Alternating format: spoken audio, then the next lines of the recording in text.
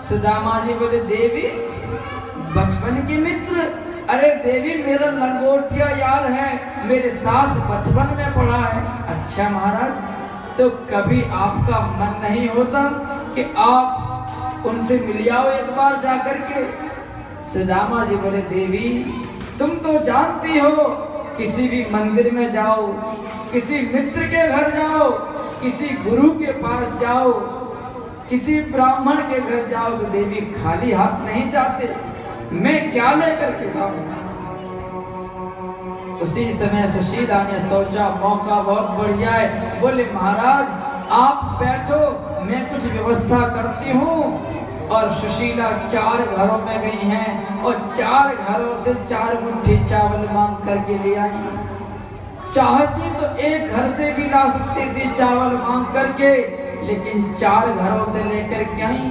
वह जानती थी कि मेरे पति इतने बड़े विरक्त हैं कि जब द्वारकाधीश पूछेंगे अरे मित्र सुदामा कैसे हो, तो कह देंगे भैया बहुत बढ़िया हूँ, बढ़िया भजन चल रहा, मुझे कोई दिक्कत नहीं है। लेकिन द्वारकाधीश को कैसे पता चले कि मेरे घर में कितनी गरीबी है, एक मुट्ठी चावल भी इसके अपने घर के नहीं है। सुशीला 4 मुट्ठी चावल ले आई और ऐसी धोती में बांधे जो धोती में छेद हो रहे थे, गली हुई धोती में बांध करके कह दिया बोले महाराज ये प्रसाद ये अपने मित्र को दे देना मेरी ओर से। और जब आपके मित्र समाचार पूछे आपके परिवार का तो कह देना कि 1 मासुदी पाक में 2 एकादशी होए और मेरे घर गोपालजू नित्य एकादशी हो, 1 महीने में 2 एकादशी के व्रत आते हैं, लेकिन मेरे घर तो रोज बनती है। इतनी गरीबी है कि भोजन नसीब नहीं होता, कभी मिल जाता तो 1 दिन मिल गया तो 3 दिन भूखे चले जाते हैं। कह देना हमेशा एकादशी होती है, मेरे घर में द्वादशी कभी नहीं हुई। सुदामा जी ने कहा ठीक है देवी, तेरी जैसी पत्नी भगवान सबको दे, तू मुझे गोविंद से मिलने के लिए भेज रही है? भगवान से मिलने के लिए भेज रही है, तेरी जैसी पत्नी सभी को दे। लेकिन सुदामा जी ये नहीं जान पा रहे भेज क्यों रही है, इसके पीछे का कारण क्या है भेजने का। बोलो जय श्री कृष्ण। और सुदामा जी चल दिए। सुदामा जी चलते जा रहे हैं, थकान होने लगी, सोचने लगे अब नहीं जाऊंगा, अब तो मैं अगले दिन पहुंचूंगा। अब सोच रहा हूँ भैया 6 महीने हो गए चलते चलते, अब विश्राम करके वापस लौट जाऊंगा, बस यहीं से हो जाएंगे दर्शन। मेरे गोविंद ने देखा कि ये तो वापस लौटने की सोच रहा है सुदामा, उसी समय अपने योग माया को भेजा, बोले जल्दी से जाओ और सुदामा को द्वारिका में उठा करके बिठा दो। अब तो सुदामा जी सो रहे थे, योग माया ने अपने तपोबल से सुदामा जी को द्वारिका के पास छोड़ दिया। प्रातः काल होते घंटों के शब्द सुनाई दिए, शब्द जैसे टकराए। सुदामा जी बोले प्रातः काल हो गया, सुबह हो गई। जैसे सुदामा जी उठे, उठते ही पूछने लगे भैया ये कौन सी जगह है? सेवकों ने कहा बोले महाराज ये द्वारिका है। अच्छा द्वारिका आ गए, बड़ी जल्दी आ गए भाई। अच्छा भाई ये बताओ यहाँ पर हमारे मित्र रह रहे हैं। अच्छा महाराज क्या नाम है तुम्हारे मित्र को? अरे नाम था बापू लोग प्यार से है कन्हैया कहते, बोले कन्हैया नाम को तो यहाँ, बोले कनुआ होगा, बोले कनुआ नाम को भी ना यहाँ कोई मित्र। अरे बोले तो कृष्ण नाम को है। सेवकों ने कृष्ण, बोले कृष्ण नाम को सुना, बोले महाराज हमारे महाराज हैं यहाँ के कृष्ण को। बोले हाँ हाँ भाई की तो बात कर रहा हूँ तुम्हारे महाराज की। अरे महाराज कम से कम नाम तो सहूर से ले लियो करो। अच्छा भैया का नाम है वाको, कुछ और नाम पढ़ो का? बोले नाना महाराज नाम तो कृष्ण ही है, लेकिन श्री श्री 1008 श्री द्वारकाधीश श्री कृष्णचंद्र जी महाराज। सुदामा जी बोले हे भगवान वाको नाम इतना बड़ो, न जाने मोको पहचाने वो कि ना पहचाने वो, कहीं पहचानने से इनकार ना कर दे मेरे को, है मेरे फटे हुए कपड़े देख करके, मेरी शकल वेशभूषा, कहीं इनकार ना कर दे मुझे देख करके। उसी समय द्वारपाल ने कह दिया, बोले महाराज यहाँ से सीधे चले जाओ और सीधे जाकर के टर्न हो जाना, वही द्वारकाधीश का भवन है। ये सब भवन तो उनके सेवकों के, जो नौकर चाकर हैं, जो काम करने वाले सेवक हैं, ये द्वारकाधीश का भवन नहीं। द्वारकाधीश का भवन तो सामने वाला है। और सुदामा जी सीधे चलते गए। अब जैसे पहुंचे, जैसे मेरे द्वारकाधीश के भवन की ओर देखा, मणियां चमचमा रही है। अब तो सुदामा जी पैर रखने में संकोच करते, बोले एंट्री करूं कि ना करूं। उसी समय संकोच कर रहे थे। सेवकों ने पूछा, महाराज कहाँ जाना है, किससे मिलना है? सुदामा जी बोले, भैया यहाँ के जो महाराज श्री कृष्णचंद्र जी महाराज हैं, हमारे बचपन के मित्र हैं, लंगोटिया यार हैं, उनसे मिलने आए। सेवक ने पैरों की ओर देखा, फिर सर की ओर देखा, बोले तन पहना है लत्ता है और चल दिए कलकत्ता है। शरीर के वेशभूषा तो देखो, द्वारकाधीश को अपना मित्र बताने हमारे महाराज को। इतना गरीब तो हमारे कोई द्वारका में भी नहीं है, जितना ये भगवान का मित्र बता रहा है, द्वारकाधीश का मित्र बता रहा है अपने आप को। बोले भैया तू हमारा संदेशा दे दे। अच्छा महाराज क्या नाम बता दूं तुम्हारा मैं जाकर के द्वारकाधीश को? बोले बस इतना बता दिए तो उनके बचपन का मित्र सुदामा आया है। अब तो क्या था, ठीक है महाराज आप जरा बैठिए, अब मैं जाकर के द्वारकाधीश को आपका संदेशा देता हूँ। द्वारपाल ने कहा, महाराज की जय हो। मेरे गोविंद ने कहा, बताओ क्या समाचार है?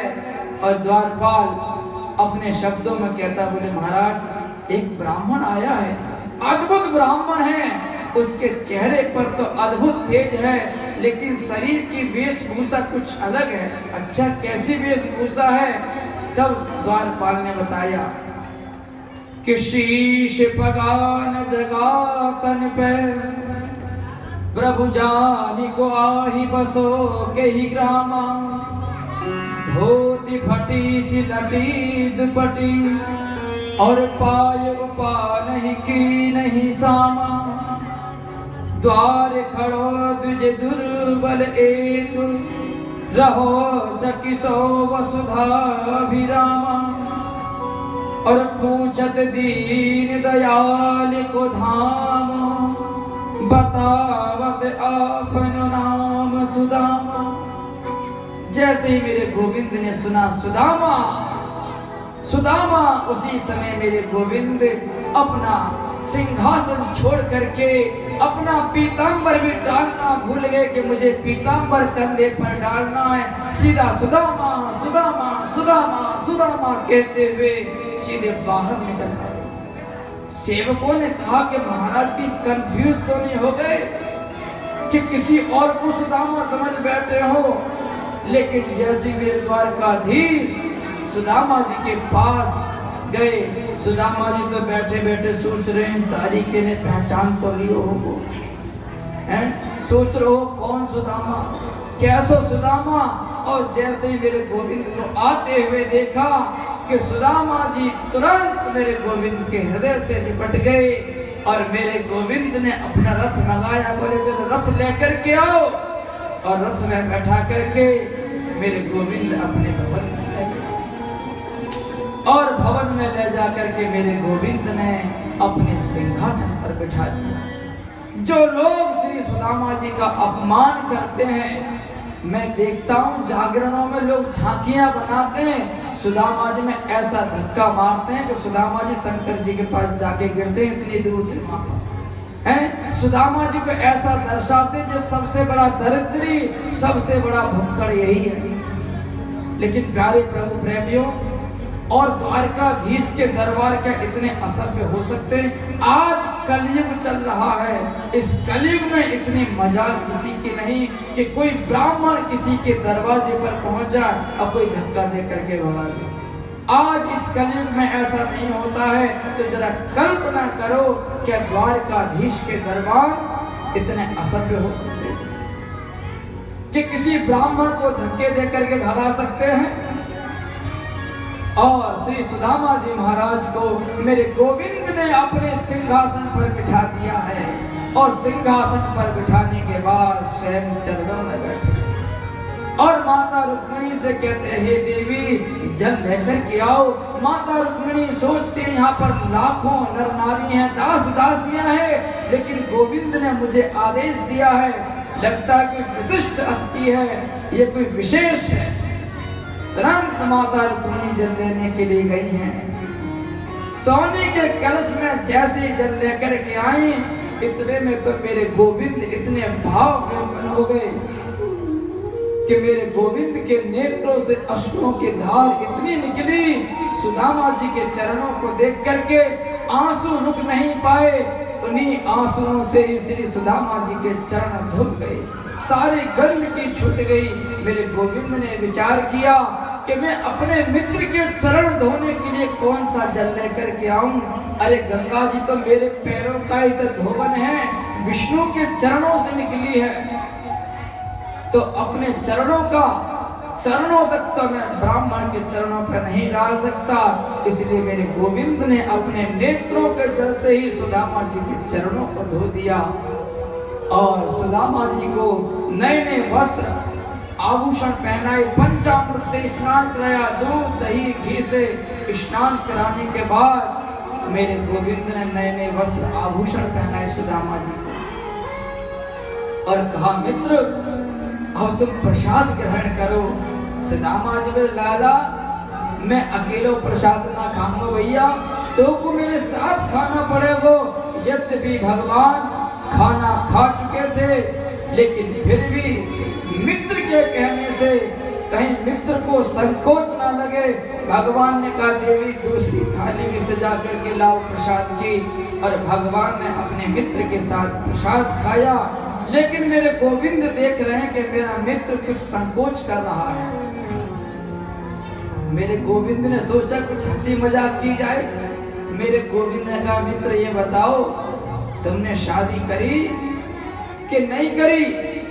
सुदामा जी बोले, भैया इच्छा तो थी ना, लेकिन माता पिता ने जबरदस्ती कर दी। भगवान बोले, अच्छा तुम्हारे हम अकेले मित्र और तुमने हमको शादी में ना बुलाया। सुदामा जी बोले, भैया तेरो अतो पतो ही ना हो,